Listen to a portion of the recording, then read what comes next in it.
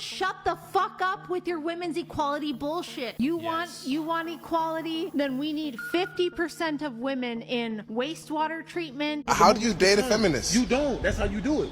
I don't know about y'all boys, but I don't want to be in a relationship with a woman whose sole intent is to make me feel as irrelevant and unnecessary as. How are women faring today in the front line? Well, let's find out.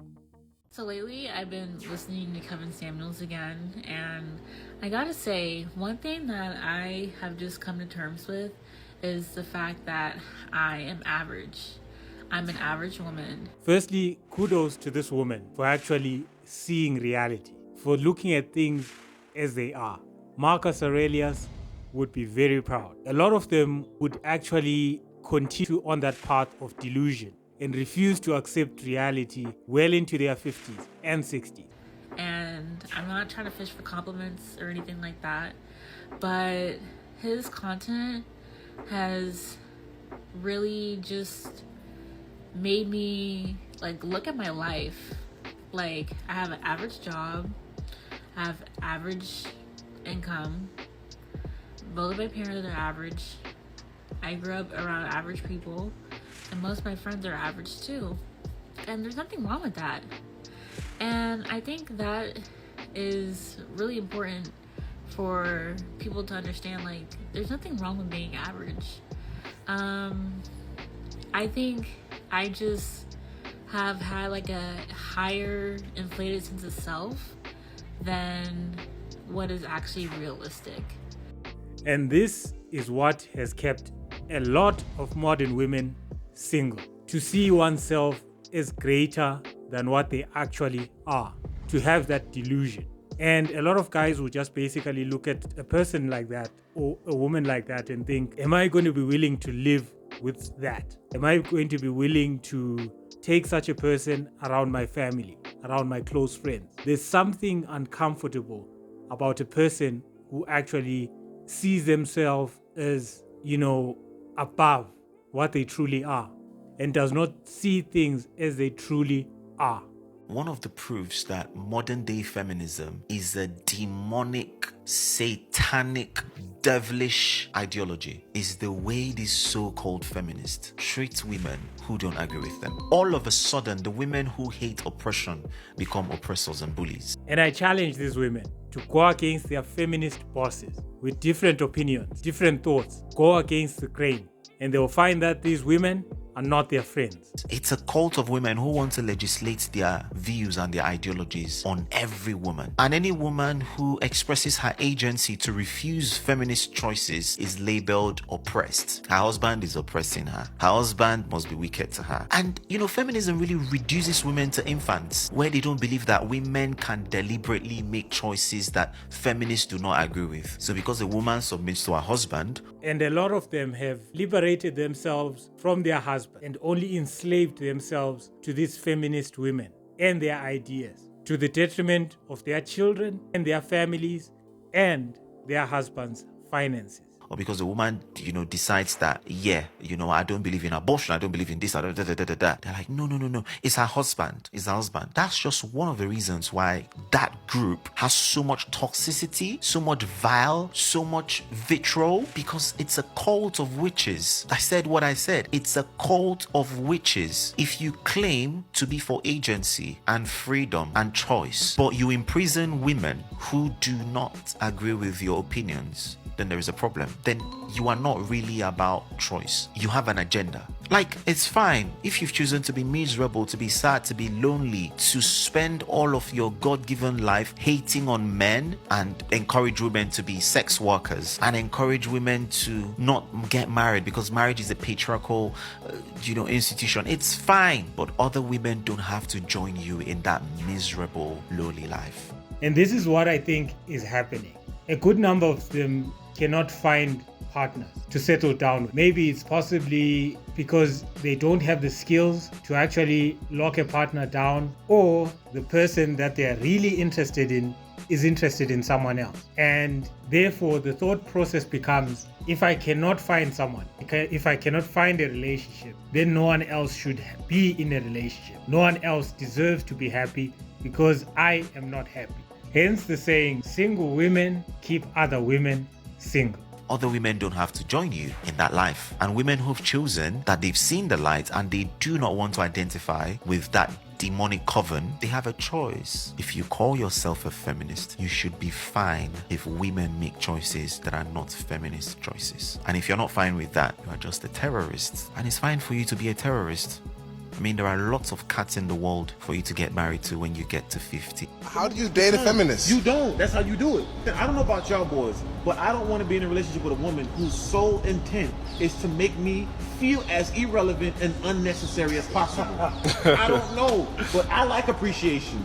You can be in that relationship. That's cool. But that's not for me. I'm all about female empowerment. Right. All day. I know feminism, though. Right. That new feminism is all about saying how we can replace y'all because we don't need men in the world. And I don't know how much mental gymnastics that it takes for someone to believe that that's a good idea to actually get into a relationship and behave like that towards your partner. Relationships are about sacrifice. They're about giving. And it's not about getting on a soapbox and actually preaching to the world about how much better you are than your partner. It just doesn't work like that. Shut the fuck up with your women's equality bullshit. You want equality? Then we need 50% of women in wastewater treatment, garbage collection, Oil rigs. Oil rig Underwater work, welding. all the dirty, dangerous, difficult jobs. We will not stop until we have 50% equality in those jobs. It's not just the cushy office jobs. It's not just the CEO jobs. It's not just the boss babe job. One has to ask that, is it really seeking equality, or it's more looking for a leg up over someone else so that you can come out on top? And, at some point we have to be honest with ourselves. And honesty with oneself leads to humility. And with humility comes growth, and you are a better partner after that. You are better in your relationships, in your career. At least you're not delusional. You should be digging graves in ditches. You should be embalming dead bodies. You should be anything that the men are doing that's dirty, dangerous, and difficult that makes this country run. Equality is when 50% of those jobs are held by women. Until then, shut the up with your women's equality bullshit. Shut the up with your feminism until 50% of these jobs are held by women. Y'all, the days of feminism being about equality are over. Okay, it's spiritual warfare disguised as empowerment. Let's talk about it. And guess what happened? When you remove God's order, chaos enters the home. We were promised freedom, but instead got rebellion. And the Jezebel spirit is alive and amongst us today. It has taught women to lie, manipulate, seduce men, use your power and control. And here's the thing, it takes much longer for a guy to actually build themselves up financially nowadays. There's no job opportunities. You need to, if you're not building yourself a business, it's basically hard to get yourself on your feet as a man. And then you look at the risk that modern women bring today. They file for divorce. The majority of the time, they bring trauma into families and are likely to wreck a man's finances. Big time. And that also shows a lack of respect to the hard work that he put to actually get himself into that position. Instead, it has taught women to emasculate men, to weaponize men's emotions against them, play the victim, and then turn around and call it power. And trust me when I say I'm all about making money. I'm very independent, but also traditional. And feminism has taught us that being a homemaker is oppressive, but yet being a slave, being a boss babe to a corporation is somehow freedom. Like, make it make sense. And this lack of accountability is going to cause a lot of harm to women in the future because they are not being corrected. And if you're not corrected, if you don't correct your ways, you're not going to be a better partner down the road. And this is what guys are going to do. If a man looks at a woman, he's just met and she shows a form of lack of accountability, he's just going to simply say, she's not suitable long term as a partner. He deals with her for about 5 to 6 months and then moves on. Then the next guy comes up and looks at the woman and says, okay, fine, she doesn't have accountability. And he deals with her 5 months, 6 months and moves on. Over a long period of time, That's a lot of trauma, believe me. And there has to be a way in which this lack of accountability is corrected. Otherwise, it's going to be a cycle which is going to move on, and more trauma is going to be added, and never-ending trauma. It's turned marriage into more of a burden instead of a blessing. And it's really actually crapped on the idea of what biblical masculinity is intended to be and what it should be. Feminism told us we would have careers, have freedom, independence, sex.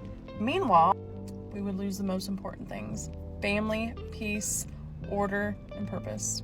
And never forget, Jesus is king. Stop sharing those opinions. You know, you don't need to be telling people what they can and can't wear, or what you think is okay and what isn't okay, you know? Well, black men are the leaders of black women, so we tell you guys what to do. Whoa. And that's where I end this, because that is very weird. I don't like Is that not true? No, that is, yes, that is But incorrect. so when you go to date a man, do you want a leader? I don't want to date a man. You don't go that way. Not particularly. Okay, so that makes sense for you. But I mean, still, black women why that want a your black gender man. does not dictate how you lead, who you're leading. Yes, it does. Ooh, yeah. We should have ended this conversation a long time ago. Okay. And that's the thing nowadays, in that there's so much deception out there that the young girls, by the time they figure it out, basically what the truth is, time is already not on their side, and that ship has sailed, and they are way out of their prime years. And older women not advising these young women with regards to what exactly is happening and the mistakes they've made actually makes the problem jump into the next generation and the next and the next. Feminism is the biggest lie we have ever been sold as women. It's a movement funded by the wealthiest evil people with the goal to destroy marriage and family. It is designed to make you hate the very things God made unique about you as a woman.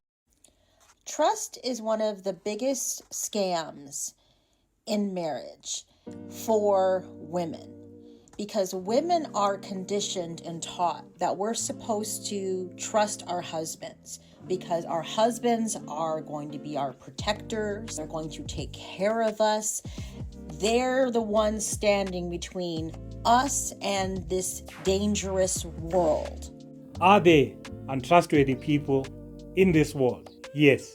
Are there also very trustworthy people in this world? Yes. If one is to be married, they must choose the right person they can trust and be with in a relationship long term. Staying in a marriage long term, even with a trustworthy person, takes skill. Relationship takes skill, like everything else in life. But the trust only goes one way, because men are conditioned and taught not to trust women, and especially their wives. That's why your name is not on the car insurance. That's why your name is not on the mortgage. That's why your name's not on the bank account. Because he doesn't trust you. And he never did. For men, not trusting their wives completely is strategic. It's smart. It's what their friends tell them to do, their fathers tell them to do. Don't trust your wife. You're supposed to protect your assets. You're supposed to protect your heart. You're supposed to protect your seed, your legacy, your future. But women are told to take all of those things and put that in a man's hands. Trust your husband with your children. Trust your husband with your future. Trust your husband with the finances.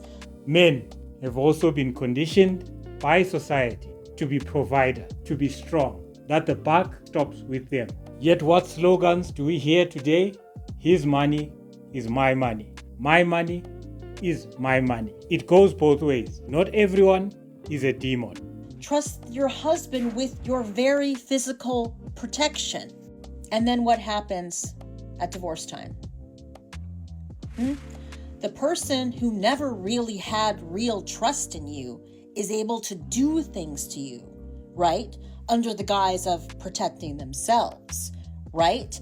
Kicking you out of the house, cutting you off the car insurance and the life insurance, not only deciding how much money they want to give you or how much money they think that you and your children deserve.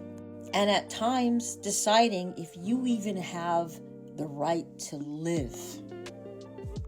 How do women end up in this position? Because we trust them. They use that, right? They use the trust to their benefit. So what's the lesson for women? The lesson for women is that you're not supposed to trust anybody completely except yourself, because you can only be sure of yourself. And I know that flies in the face of everything that we've been taught about marriage. Oh, two people become one. You know, you have to have trust in a marriage. But let me tell you, that's not what the men are telling each other. That's not what the men think. He might tell you that. He might say, I trust you, I love you, blah, blah, blah. But that's not what he really believes. It's the only explanation for why they go so hard at us at divorce time. How many times have you seen a divorced woman? I've been one of them, sitting up there crying, saying, how could he do this to me? He can do it to you because he never trusted you in the first place. So maybe, I know this might be a novel concept, but maybe you actually don't need trust in marriage. They don't seem to need to trust us when they get married to us, so why should we trust them? Feminism sold us the biggest scam of our generation. They told us we were empowered, but what did we actually get? Burnout, debt, stress, a double life where we work like men and still carry the entire home on our backs.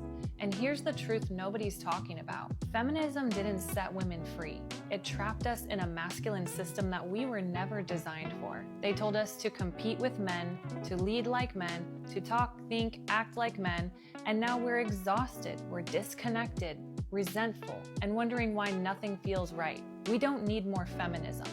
We need to reclaim the femininity that was stolen from us, because that's where a woman's real power has always been.